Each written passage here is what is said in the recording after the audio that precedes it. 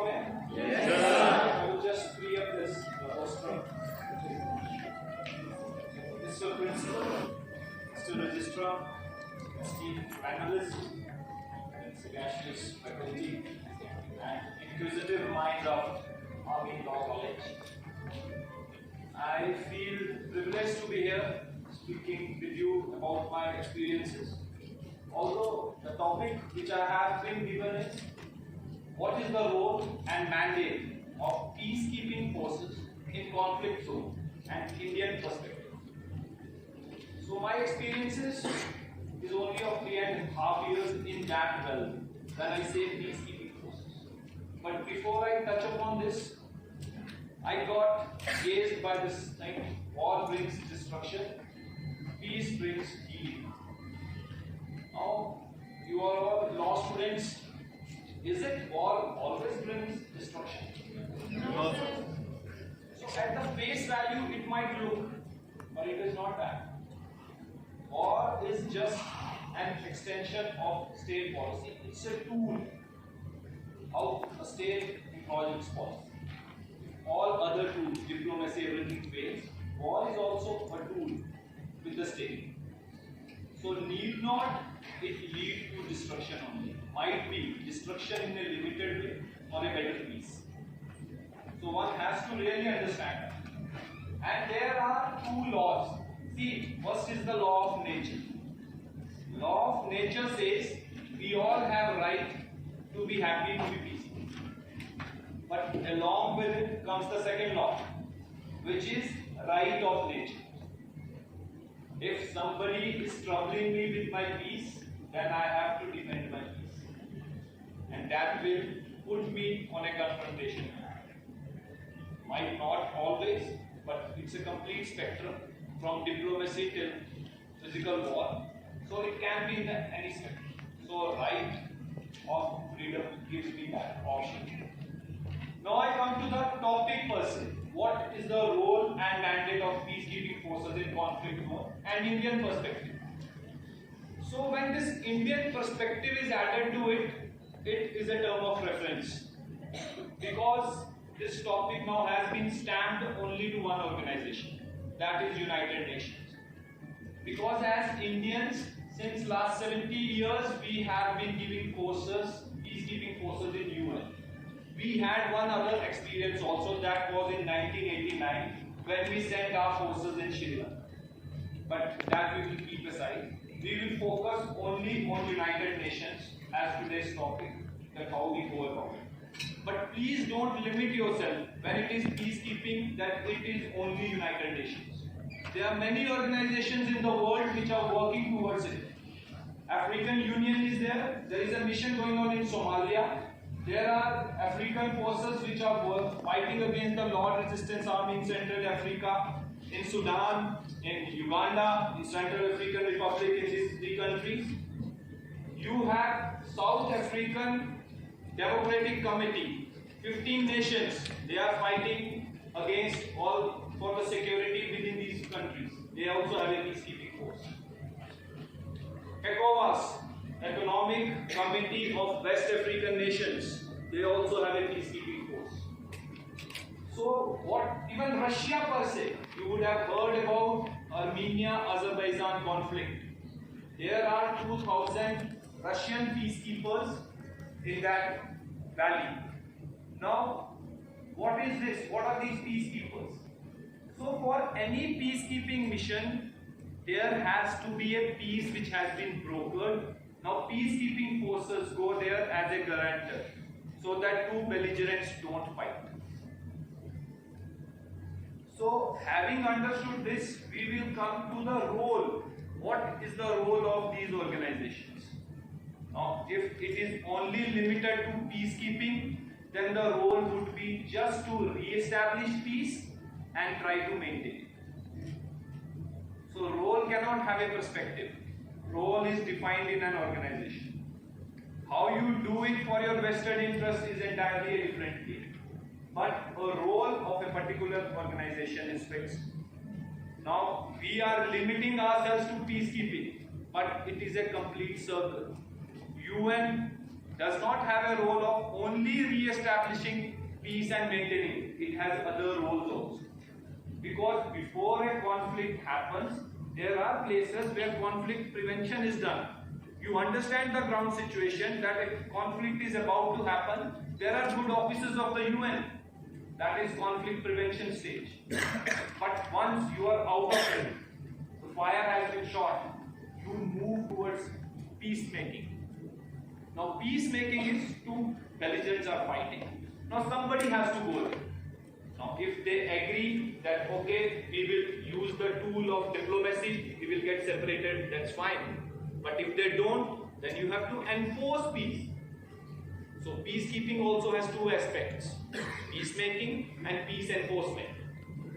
Now if we talk about UN, currently there are 12 UN missions which are going on in the world. If you see interstate, means two nations fighting each other, there are only missions which are observer missions. That there is a guarantor who is standing in between, both the belligerents are on the either side. He is without arms, he is not holding any weapons. I am just noting down, okay, what activity they are doing, what activity they are doing. I bring them to the central table. And that is what is there in India. United Nations Observer Group, India and Pakistan, UNMOGIP. It is there in Kashmir. Since 1948, the mission is there. There are 44 observers from across the world who are there without any weapons and they are observing peace. That is also a way. Now, whether it is effective or not, that is a separate thing. But there is a mission. You would have heard about a country, Western Sahara. Now, Western Sahara is fighting for a space for itself. And the conflict is with Morocco. Now there is a UN mission there, but it is completely an observer mission. All the peacekeepers are deployed without any weapons. So in this case, no IHL, international humanitarian law, will come into this. Now what has happened after the Cold War? There has been an intensity in the intra-state wars. If you see the complete curve of UN missions, before 1990, there were missions, but primarily they were observer missions. There are examples other than that also in Congo and all, but primarily they were observer missions. And those were between interstate. Two-state fighting and somebody there at the interjected at the border. But what happened after Cold War? Problems started intrastate, within the states. So you have Rwanda genocide, you had problems in Somalia, everywhere.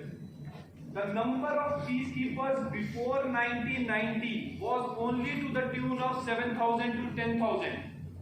And after 1990, if you see the rising scale, it is to the tune of 100,000. That is 1 lakh. At present, there are around 95,000 peacekeepers.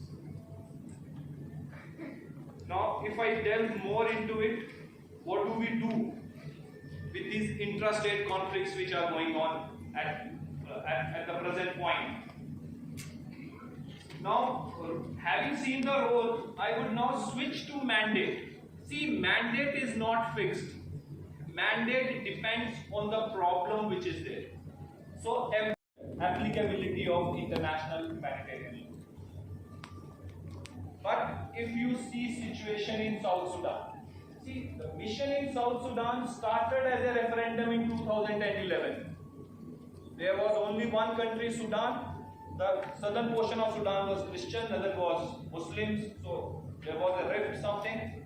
So it all started with a referendum in 2011. Got a separate country. South Sudan became a separate country in 2010. And North Sudan is a separate country. But when it started as a normal referendum mission, now where it has changed. See, in the initial 2 years there was no problem because as a one confederation. When they got that, now the turf battle started with it. In 2014, the president of the country and the vice president country had a conflict relation between them. So the complete army got split. 60% of the tribals who were affiliated with the president sided in, and 40% went to the other side. Now the complete country is fighting. The army is fighting amongst themselves. The tribals are fighting amongst themselves. Now there 25% of the population was demobilized from their own villages and all. Many thousands were killed. Now in this case, what is the applicability of international humanitarian law? This I am giving you just as a gist to make you understand what is the environment in which people are operating. Everyone has it. A 14-year kid is also with a weapon in some places. At that point of time, UN forces are not there. So you cannot do anything. But next day you get inputs. Tomorrow they will have a revenge, retaliation. They go there and now you are present there. Now how do you stop them? What do you say then? Can you shoot them? So complete peacekeeping is dependent on three principles. First, there has to be a consent among the parties that yes, peacekeepers are welcome. If there is no consent, it is very difficult to have a mission. These days, there are places where peacekeepers are without consent. So if the two people are not agreeing that we don't want any mediation, how can you go there and mediate? Then only peace enforcement can work. Second is the issue of impartiality. Now, please don't confuse impartiality with neutrality. Neutral is a very passive term. Neutral is you don't do anything. The next day when these villagers were retaliating, I will not do anything. So both the communities will say, okay, UN forces are neutral. They don't side anything. But that is very wrong. Impartiality is whatever comes to me, I take it on the basis of merit. What is right, what is wrong. On first day I was not present, so just too bad. I cannot be agreed. But next day, if I see somebody saying that I have to intervene. To those communities, it might seem impartial. It might seem that I am being partial, but to me, I am impartial. So, this is a dilemma which is always there in a peacekeeper. That when to open fire, when not to open fire. And all peacekeepers, when they are deployed with weapons, they have to abide by the rules of armed conflict. Because they are part of it. When you are without weapons, you are not part of it. But when you are with weapons, you are part of it. But definitely on the scales in which two countries fight, like India-Pakistan war, the current war which is going on in Ukraine and between Ukraine and Russia.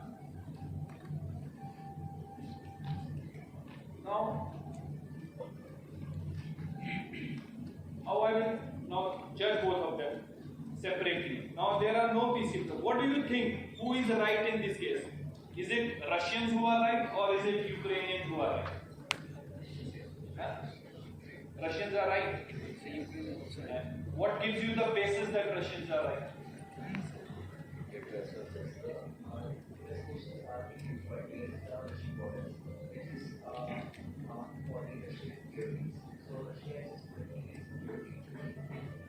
See, it's a fear. See, NATO is an organization which is there since Second World War.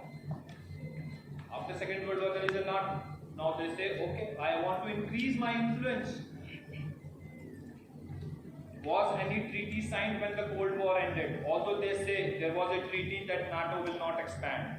But is there a written publication to it? So how you will prove it legally?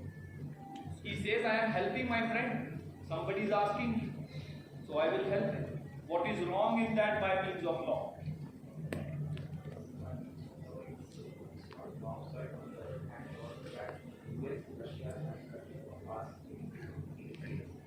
This is a question of vested interest.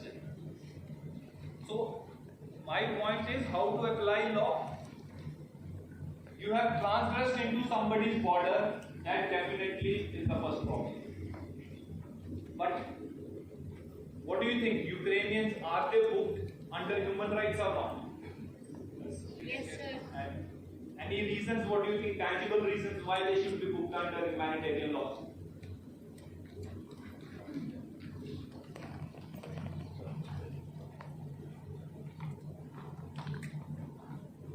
Need to have reasons to it. Why?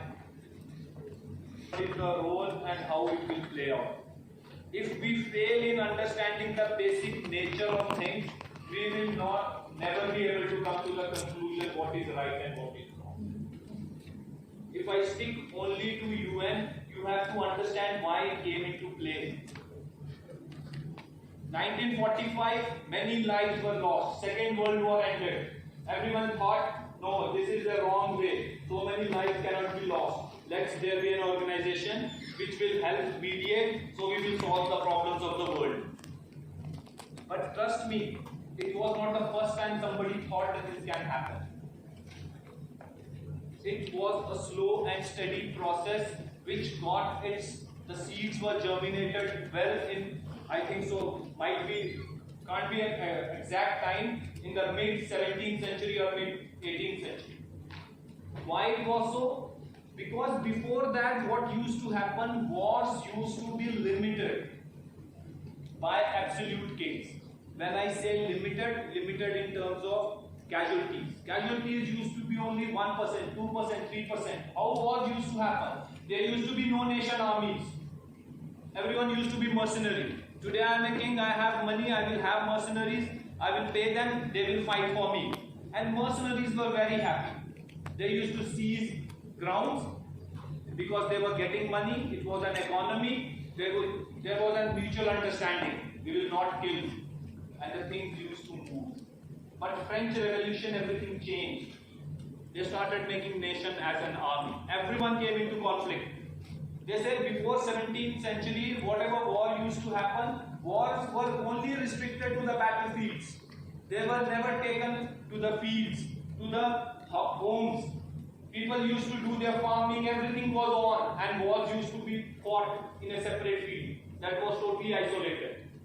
The local Woodrow Wilson came with an utopian idea. That was also a utopian idea, League of Nations. But it failed. How it failed? The same situation is at the same platform I would see today present UN is. That whatever charter is there, that is being violated and no one is taking cognizance of that. So history has ample amount of examples to tell you what in future might happen.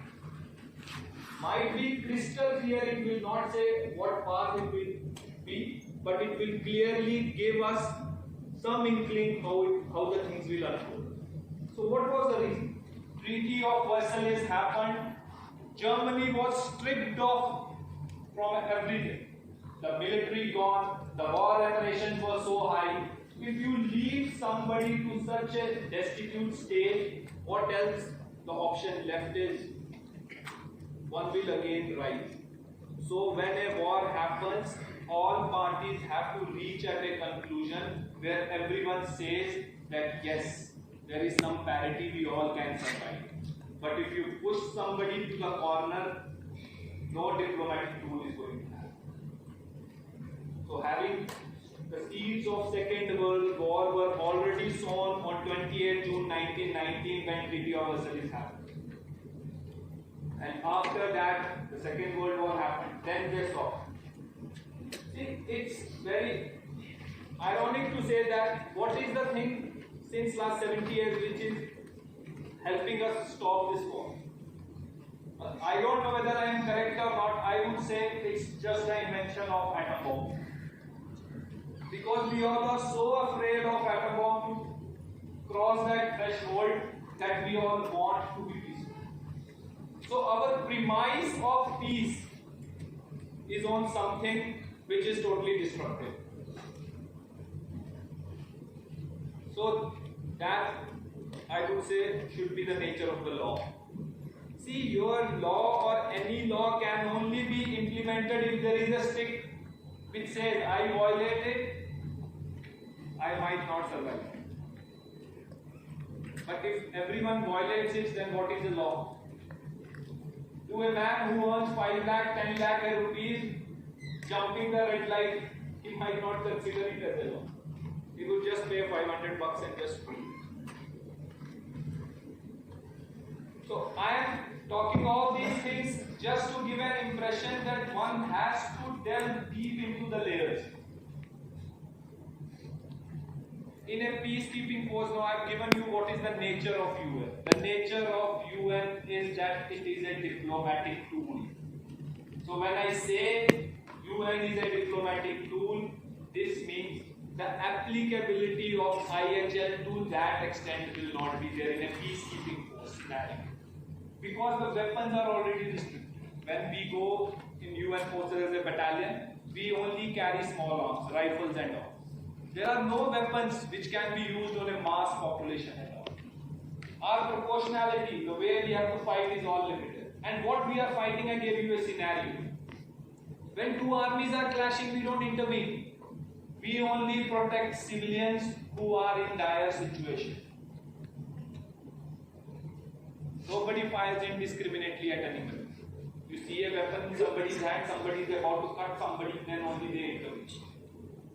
And all missions less in Democratic Republic of Congo is a peacekeeping mission. Only in Democratic Republic of Congo, that too only 3 battalions are given a mandate of peace enforcement. When I say peace enforcement, it means you can go after the belligerents. Only in eastern part of Democratic Republic of Congo, you can go after the belligerents. I get an input, somebody is there, I can go after them. There are chances of violation of international humanitarian. But in other places, the chances are very, very less. Because I have been given a weapon just to protect civilians and for my own self-defense. So this all I just gave you as a gist what it is all about. I was given 50 minutes, I don't know whether I have overshot it. I am open to questions. I will do my best in whatever capacity I can take on any question. About the international law and the humanitarian law. And in case, if a commanding officer comes across a problem where a soldier does not understand these laws and there is a conflict situation, so how do you convince a person that this could amount to violation of a law? See, wherever UN missions are deployed, there they have made a curriculum of pre-deployment training. You don't go into missions directly. Like for India, we have our pre-induction training in Delhi, and that goes around for 4 to 6 months. So you are given each and everything about that, pre-deployment training. And it deals with all aspects, legal also included in that. And it is that refs from the United Nations headquarters, they also visit this location, and they also conduct a capsule and a sort of assessment also what we have done on that. After you clear the step of pre-deployment training, when you are into the missions, they are also in the initial 3 months, again capsules are given. There are law scholars of UN, there is a separate branch, legal experts who come, they conduct lectures, and on-the-job training is conducted for everyone. Thank you. So, for example, you are an observer for a UN mission and you see a violation of a law for the war and IHL. So then, what is your action or what has to be done to rectify it? And are there measures which are taken to rectify such a mismatch? Yes, of course, there are measures which are taken. When you see, when I am an observer, this means both the countries have agreed to, they have their consent of me being an observer. When I am an observer, daily reporting is there and it goes to UN headquarters. So, what measures they have as diplomatic tools? Now the standings of the countries go down. See, how, that's what I said, how law can be implemented. See, there are countries who cannot make that their standing should go down in the world order because businesses get affected, many things get affected. Now, please don't generalize the situation what is happening in Ukraine and Russia. Russia is a part, veto part. So, it is having a strong hold in Ukraine. But leave those 5 countries and 4 or 5 who have risen up in these 50, 70 years, India included. Rest all countries, they want to be good books of you. So those are the measures which are. That's why people don't do all this. See, there is a mission out in Israel also. Israel, if they want, they can cross, but they also want to be part of it. Because everyone wants to give a good image of it. It's a path, soft skill path. The more interdependent world becomes, the more soft power one needs to have. So, if that image of soft power is lost, this means it is a loss to the nation. So, no one wants their ratings to go down. And that is the measure which one can. IHL is more about basically the good books of the UN rather than saying that actually following the laws of the See, everyone wants to be in good books, but to what extent? Now, North Korea, if you say, does North Korea really wants to be in good books? So, if all of us become self-independent, we all will not follow law. Do you think that, I don't know how many you have read, if you anytime read Republic written by Plato, now he gives the complete picture of society, why a law is required. If we are left free now, we will not follow a path. So whether somebody wants to be in good books, there must be many amongst you who say that we don't care about others' opinions. Because we have all the resources to take care. So they will not. But openly nobody wants to do that in an interdependent world. Because it comes with a cost. But if somebody has gone to that extent that we care not, we care least, we are fast, we can do anything. So, might be there, face some losses, might be there. Now, all certain done economy of Russia would have taken a job. So, it comes with a cost. My point is that.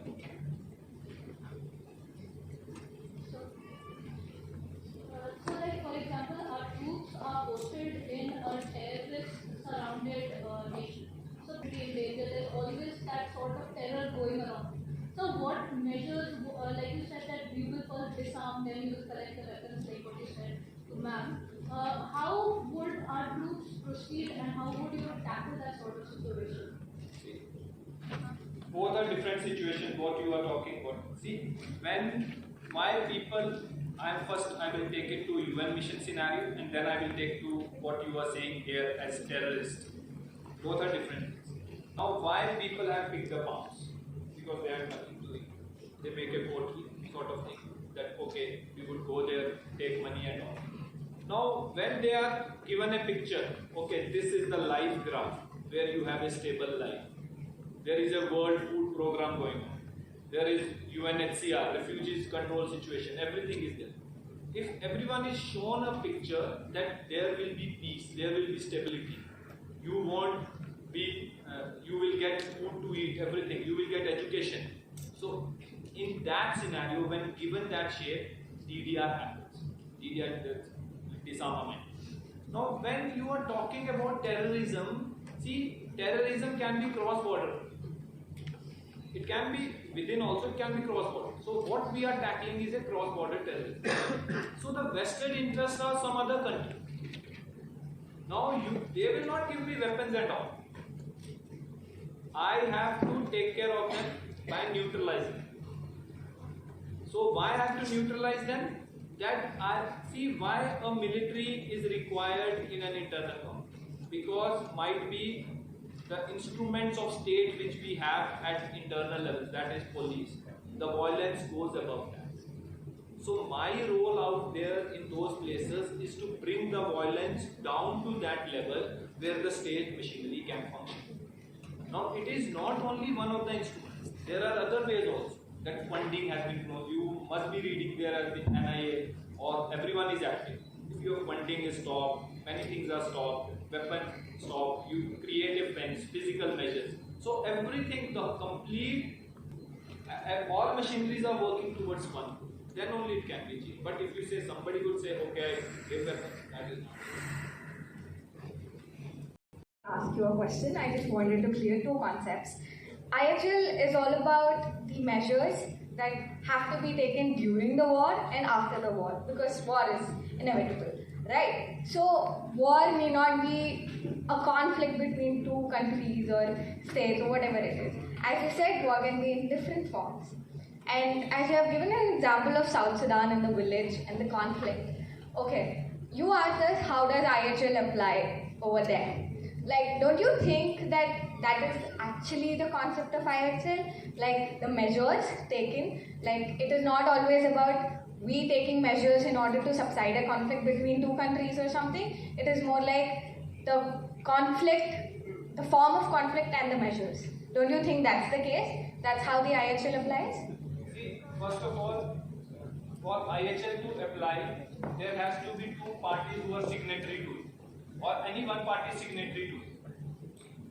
If it is a non-conventional, non-traditional threat to a localized, suppose a Dinka, one of the tribes, 100 people gather, we will go for cattle rattling, and they have gun laws.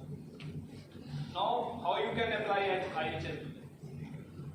They are not signatory. Had UN mission not been there, those problems would happen. By virtue of us being present, it becomes our moral responsibility to protect us. So the first condition is for any law to be applicable, there has to be some signatory, there has to be some convention. So that is it. I can hear you. Yeah. But so what I mean is, like, I get what you're saying. IHL has to apply when there's signatories and everything. But don't you think that it starts from a very basic level? Like, it doesn't always have to be a big part, like a international conflict or something, in order to have a signatory or something. It's just like, for suppose, like, if we have a fight in the family, if siblings have a fight in the family, there are parents who judge and who resolve the conflict. Isn't it the same, that from the very ground level, if it starts, that's when... Of course it is. See, what is law? Law is a common sense in a way. How society can be peaceful, that is a law. See, you have to keep the stick just to keep everyone on fire. That's what I'm saying. In real parlance, if all humans were good, there is no requirement of a law. There is no requirement of a government. You require, because human terrain has many dimensions, many perceptions. What you think must not be thought by everybody. So you have to bring a common operating picture for everyone. So otherwise, that's why law is required. Whatever you are saying is right. It has to be from the basics. Everyone should understand. It is a common sense. But had that been a common sense, we will not have war where 50% of the people are lost on the very first day. Those things have pushed us to these measures, that we require these measures to be taken. See, there are points of contention. Why atom bomb was used? Some say, had it not been used, Japanese and Americans and all these powers would have just taken the war another 3-4 years. But they saw something so worse that they got averse to war. Japanese didn't have an army. It is only recently, last 2-3 years, you must be reading in newspapers, they have started with the arm, making it potent. See, they became so averse to war.